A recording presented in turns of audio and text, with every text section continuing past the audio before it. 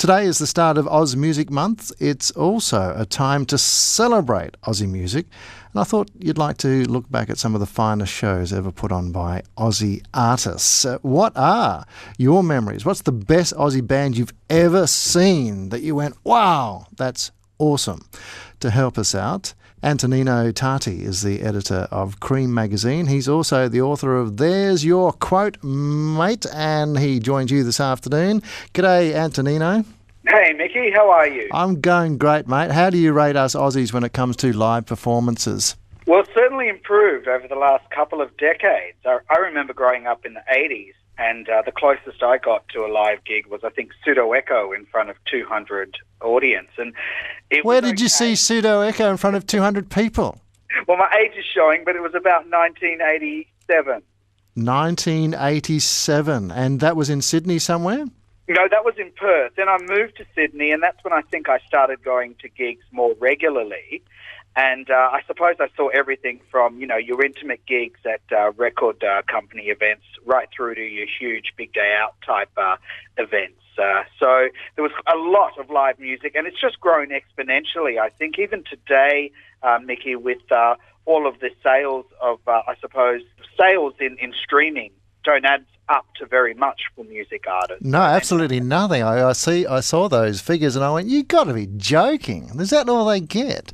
Exactly. So it's forced them out on the road now. They have to literally sing for their supper. They've got to go out and perform live more, which means we're seeing a lot more concerts and a lot more local artists on stage locally and at the big arenas, which is a good thing, I suppose.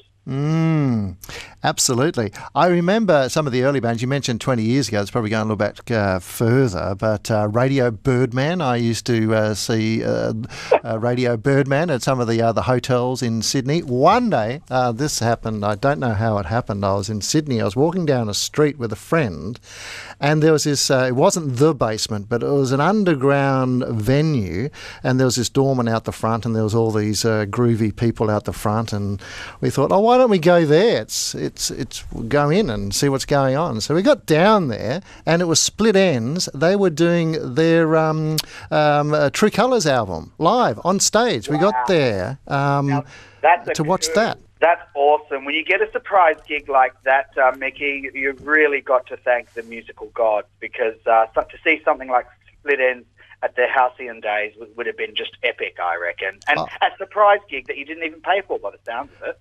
We paid to get in. I was surprised that we got in, but but it was just, luckily that we were on that street and just wanted to know what that line was actually doing, and we got in there, and it was Split Enz, True Colours. And I'd have to say that that's the moment that in that concert that I fell in love with Shark Attack. That particular track is just awesome. Great stuff.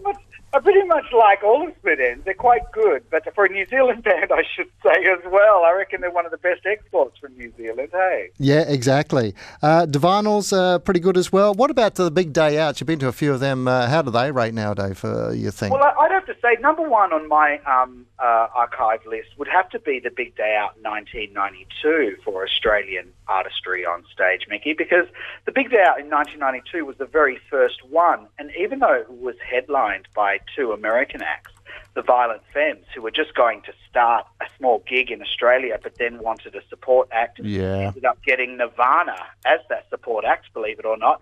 And then every man and his dog wanted to be on that music bill. So it turned out to be these top two American acts at the top of the bill, but then a whole army of Australian independent and alternative artists also appearing. So that was one of my favourites, to actually see artists like Rat Cat, Died Pretty, The Clouds, UMI, The Beat Suburban with Tex Perkins, Yothu Yindi, a whole variety of Australian artistry up there on the stage, rocking it out over the course of the day. Yeah, quite the showcase. The big day outs were great, weren't they? I never went to one. I've only had reports of them, never got to them. Well, they were great, and the reason I particularly like this one, the very first one in 92, is that it showed that alternative artists didn't have to be support acts anymore. Australian, indie bands could make it on their own and could have their own fan base there in that throng of an audience. And so the likes of the Welcome Mat, were welcomed very well. In fact, the Welcome Mat was an indie band, Aussie band that opened the Big Day Out in 92. So really they were the first to perform at any great big music festival in Australia, which is saying something. Oz Music T-shirt Day, November 16.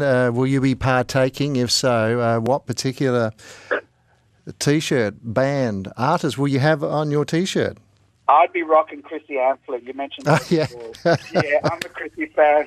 Chrissy fan from way, way back. She's my icon. Top, one of my top 5 singers internationally, actually, but also my favourite Aussie. And she's actually been, God bless the RIP, but she's actually being inducted, as you may know, into the Victorian Music Hall of Fame this year as well. Oh, and deservedly so, because she was quite extraordinary, great talent, and she's been to Darwin on many occasions, playing at the amphitheatre, and I mentioned flippantly before that one particular occasion she was a bit grumpy, I think grumpy with the crowd, and walked off stage and went back for a little while, and then we had to beg her to come out. Come on, Chrissy, come on, Chris. Oh, well, all right, just behave yourselves, and then the show went on from there. It was great.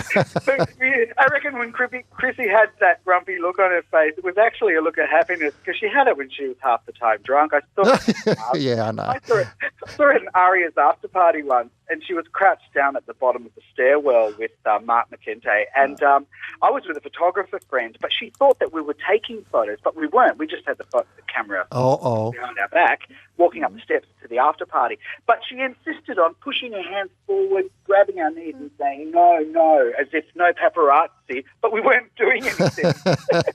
Well, she certainly liked to get her point of view across in any way. She wasn't a shy flower at all. Good on you. Thank you so much. It's been great talking to you. All right, you're welcome, Mickey. No worries. See you later. That's Antonino Tati. He's the editor of Cream magazine and the author of There's Your Quote, Mate. On ABC Radio Darwin and the Northern Territory, this is Mick Murdoch. I love it.